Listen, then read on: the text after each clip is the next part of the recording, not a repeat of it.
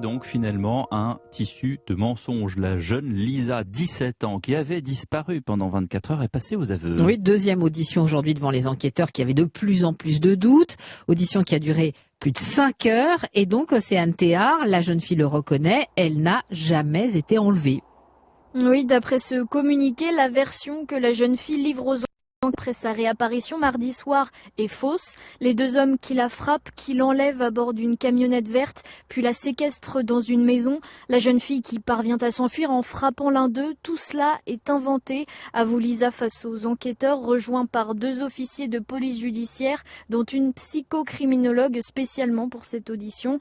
L'adolescente déclare que les égratignures sur son visage sont en fait accidentelles, qu'elle a elle-même découpé son t-shirt avec des ciseaux pour faire croire à des déchirures et qu'elle s'est rendue à pied jusqu'au restaurant de kebab de Sablé-sur-Sarthe mardi soir.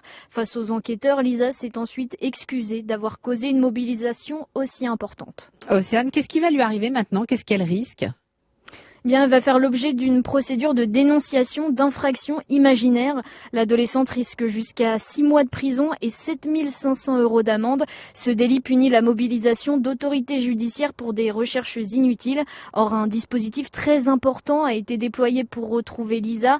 Dès lundi soir, une cinquantaine de gendarmes sont mobilisés. Ils sont 200 le lendemain à travailler nuit et jour pour retrouver la jeune fille, aussi bien sur terre que dans les airs avec l'utilisation d'un hélicoptère. Sans compter le travail de vérification et d'investigation des gendarmes. Les enquêteurs vont creuser sa personnalité pour comprendre pourquoi elle a menti. Une expertise psychologique ou psychiatrique pourra également être demandée. Une fois que l'enquête aura abouti, la jeune fille pourra se retrouver devant un tribunal. Océane Théard en direct de Sablé-sur-Sarthe pour Europe 1.